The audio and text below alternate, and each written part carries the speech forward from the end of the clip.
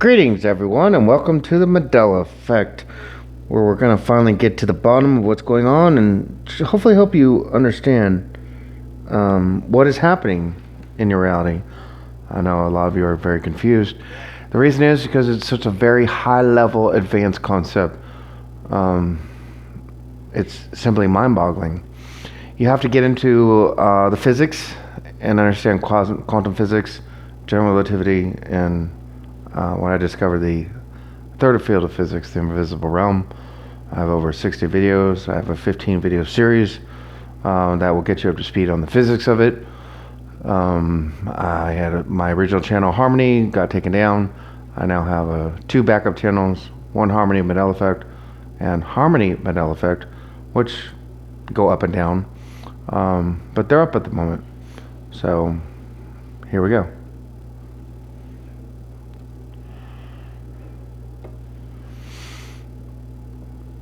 Basically, in essence, you have to wrap your mind around the fact that there is simply no such thing as space and there's no such thing as time. To wrap your mind around the fact that there is no such thing as space, there is what is known as quantum entanglement. Einstein hated this concept. He threw his arms up in the air and walked out of the lecture hall when it was being presented, and he said, "This is spooky action at a distance." So Albert Einstein, is proclaimed as one of the greatest minds ever, didn't like this concept. It didn't jive with him. He didn't understand it. So if one of the greatest minds, a man in the depths of physics, didn't like this concept and couldn't understand it and threw his arms up in the air, then what hope is there for you? Well, there's a lot of hope, because that was a long time ago. We've made a lot of advancements.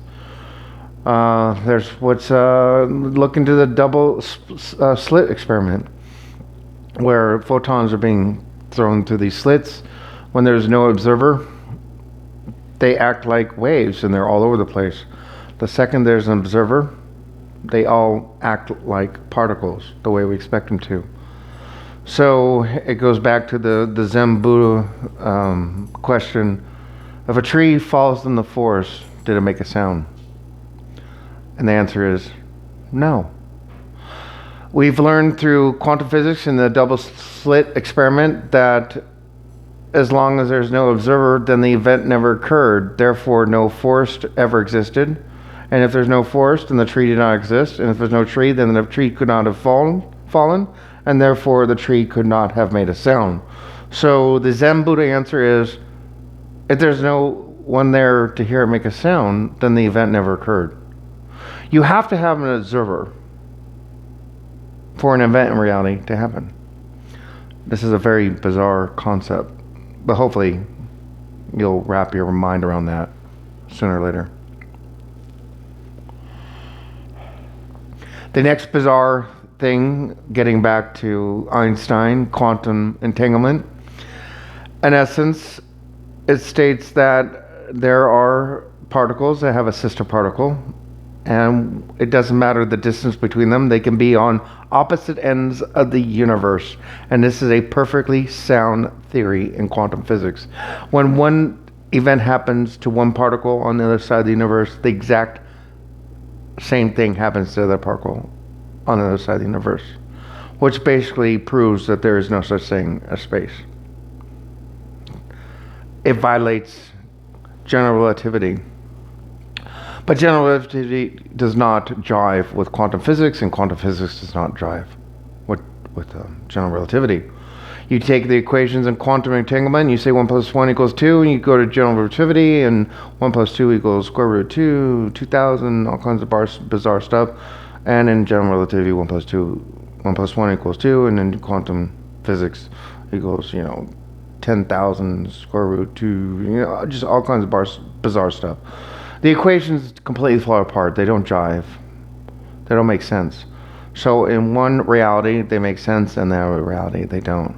So this breaks down the concept of reality, and simply to put it in layman's terms, you don't understand reality. The most brilliant minds do not understand reality. But we can observe, and we have learned through quantum entanglement, double slit experiment, and other things, that reality is nothing like you thought it was. It doesn't make any sense to the logical mind, but yet it makes perfectly sound sense in the equations.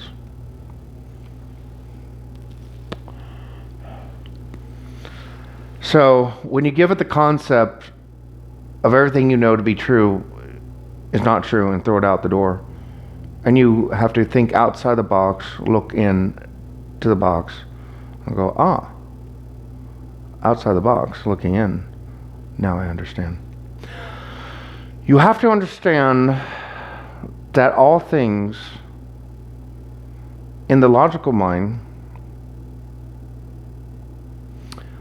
for example, there are people that have the ability to transcend space and time, and they can communicate with people in the past, and you say, well, how could this be happening? Because I'm right here, I'm alive, and let's say you communicate with Nostradamus in what you think is the present, but you say this is not logical because he died hundreds of years ago. How could I be communicating with him in the present? And then you have to step outside the box one more time and go, well, I'm not communicating with him in the present because time is not happening all at once. Time exists all at once. It's a language barrier. We are trapped by language. We are trapped by how we were brought up, our belief systems, and the way we've been programmed. It is very possible to communicate with all beings at all times, all at once. And this is what the top echelon, the elite know. They have the ability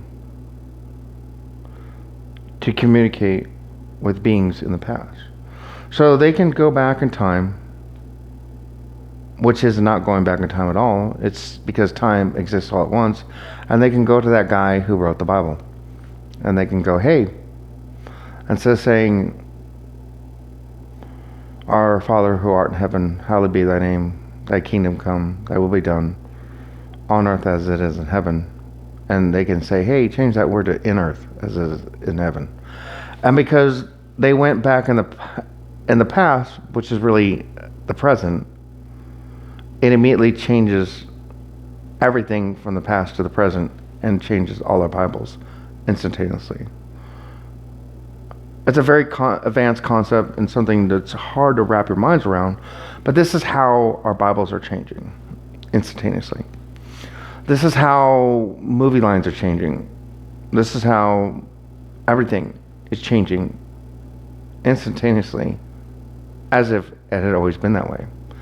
Because there are beings, there are people, let's say, that have this ability, and they're using technology. Sure, you can go into D-Wave, CERN, I don't care. Explain it any way you want. Find your logical explanation. But there is an organization that has the ability to communicate outside of time and space, and to go back to these people that created these events in our life that we hold dear and true. For example, Luke, I'm your father. They simply were able to communicate with that person and say, hey, don't say it's Luke, I'm your father. Change it to, no, I'm your father. And then instantaneously, everything changes in our present reality. So perhaps I can help explain this a little bit better. Some of you know about the butterfly effect. Maybe this is a way you can wrap your mind around it. If you had a time machine and you can go back in time, and you accidentally step on a butterfly, and then that butterfly has a trickle-down effect, and then eventually changes reality from that moment in the past all the way to the present and the future. So physicists are aware of this, and they try to explain it. So I'll show you their explanation. They explain time as we have our main timeline here. And we call this the river of life. It's a river. So when someone is able to transcend space and time and go back and say, hey, instead of saying on earth as is in heaven, change it to in earth as in heaven. And then at that exact moment, a branch is created and we have this new timeline. And then someone says, hey, change it to, instead of, my mom always told me life was like a box of chocolates. And they say they're able to instantaneously, because all time exists all at once, they're able to tell that writer, hey, change it to, my mom always told me life is like a box of chocolates.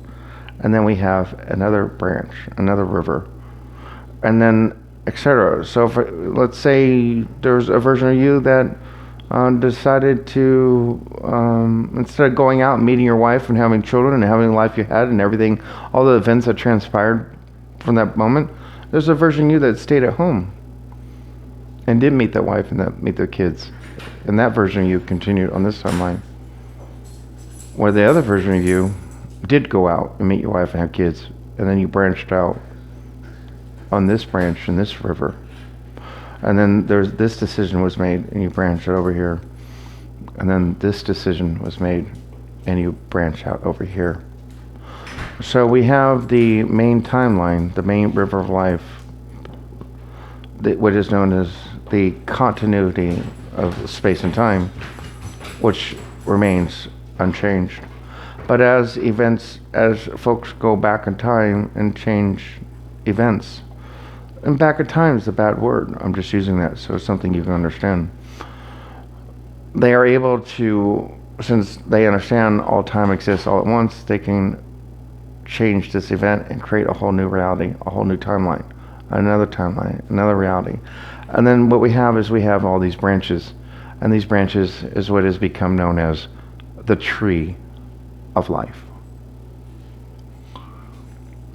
So this is the true essence and the meaning of what is known as the tree of life, and how we have what has been known as this creates a parallel reality, or a parallel earth, or a parallel timeline.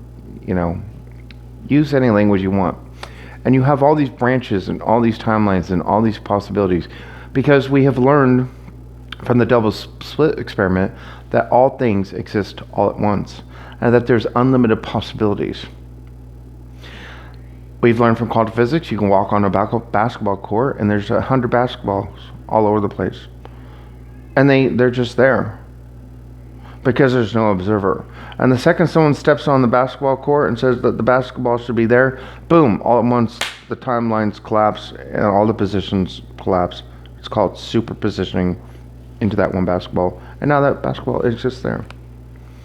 Yes, these are very advanced concepts and completely defy all logic, and they're very hard to wrap your mind around. But hopefully you can follow the basics, that all these alternate timelines, all these alternate possibilities, not only do they all exist at once, but they have been created and they have branched out. And what is happening is that this construct, this reality, has served its purpose. It's no longer necessary. So now it is time to bring it all into one. And as this branch collapses into this timeline, and this branch collapses in this timeline, the facts and the realities from these realities, they begin to blend and they collapse into one. So on this branch, you now have this reality, but you also have this reality and that reality, and you have all the facts, all the events that happen, and they're collapsing and they blend. And this is why some people go, wow, I have both memories of the Mandela effect. I have this memory, I have that memory, which is true. And you have this branch that's collapsing. And what's happening is all these branches and all these realities, all these timelines, all these parallel realities, all these earths are collapsing into one. And they are going to go collapsing back into the main timeline. The way it was supposed to be, the main river of life. It's of true intent and its original purpose. So everything is collapsing.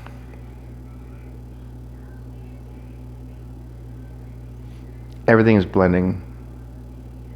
And that's why if you are from this reality over here, you know this to be true, and then all of a sudden there's this reality and that reality. And it's very confusing. And then we have what's called the natives, who are from timeline 0, the main timeline, and they're like, excuse me? It was never that way. You're cuckoo crazy. It was never like that. It never happened that way. You're insane. You're nuts. It's because they have been on this timeline, and they have not experienced these other timelines. But you have been on these other timelines, and they're collapsing, and you have these other realities. You have these other experiences. You have these memories, but they're being collapsed into the main reality. And this leaves you in a state of confusion because you're like, well, how could this be? Well, I just told you how it could be. Because you were on the main timeline and you branched off and you went over here. And as the timelines are collapsing, things change. And this is why, for example, it was the Flint stones for a long time. And then it's the Flynn stones without the T. And I did a video on this. People said you're cuckoo crazy, you're on drugs, you're on crack. It's always been the Flintstones. You remember being Flint because of the Flint starts fire, and and I got ridiculed. But guess what? Now it's back to the Flint stones. So we have seen that Mandela effect go from my reality, the Flintstones, to this reality, Flintstones, back to the Flintstones. And so all these memories, all these different facts, all these different realities, they're all melting and blending and becoming one. And we're going to eventually get back to the original main timeline, back to the original river of life, the way it was supposed to be. And then once everything collapses and it gets back to the way it was supposed to be, and everything is corrected and returned to its original purpose, then the main timeline and the main river of life will move forward back to its original purpose and design. So for those of you who experienced the Mandela effect, you were off on this timeline or that timeline or this branch over here, and it's all very confusing as everything blends back to one. And then you have all the folks that were always on this timeline going, you're cuckoo crazy, it's always been this way. But think of it from a moment, well, let's say everything collapsed all over to this timeline over here, and to you, it's always been Luke, I'm your father, but over here, it's always been no, I'm your father. What did this timeline collapse in your timeline? Now all these people are totally confused. They're like, oh, it's always been no, I'm your father. It's always been, it's a beautiful day in this neighborhood. And then they got thrown onto your timeline where it's always been, it's a beautiful day in the neighborhood. It's always been, Luke, I'm your father. And then now you would look like the sane person, and they all look like the crazy person. But it's not happening that way for you. You are being collapsed into their timeline. So these folks have all the evidence, all the proof, because everything has always been this way on their timeline. So timelines are collapsing and merging into one. We are correcting what should have never been. We are fixing what should not have been fixed. It shouldn't be necessary, but it is. And we're fixing everything. And we're going to get everything back onto its original main timeline, to the main river of life. And then we will move forward like a nice, steady flowing river back to its original purpose and its design. I hope I made sense. I do have a group. It's available for you to join. Send me a Skype request to What Can I Tell You? I get a lot of spam, so if you are able to put in the Skype request, I'm a benevolent being, I'd like to join your group. Wonderful. If you don't, then I'm going to think you're a troll, and I'm going to charge you $5 to talk to me and join the group. It's my way to weed out the trolls, because trolls, it's called universal law. They can't lie. So, and If you want the fast track, trolls, it's hard to explain, but they can't give money. So if you want to give a $5 donation, you get the fast track into my group. Because trolls can't do that. Don't ask me to explain it why. It's just how trolls work. They can't donate money. And I don't want money to be an issue. It's not about money. It's all about screening people. So if you can say you're a beloved being, I'd like to join the group for free, then you can. Because trolls can't do that. So trolls can't, they can't donate money, and they can't say they're beloved beings. And if you don't do that, then, I just have to find a way to weed out the trolls, and this is what I've discovered about reality. So it's not about the money. But anyway, we have a group with multiple text and voice channels. I do weekly conference calls. So it's a support group where we all get together and talk, and it's a place of unconditional love and acceptance, where we don't call each other crazy or insane, and because we all know we're going through this, and we all understand, and we're all going through this together, and we're all here to help each other. So, God bless, peace, and good night.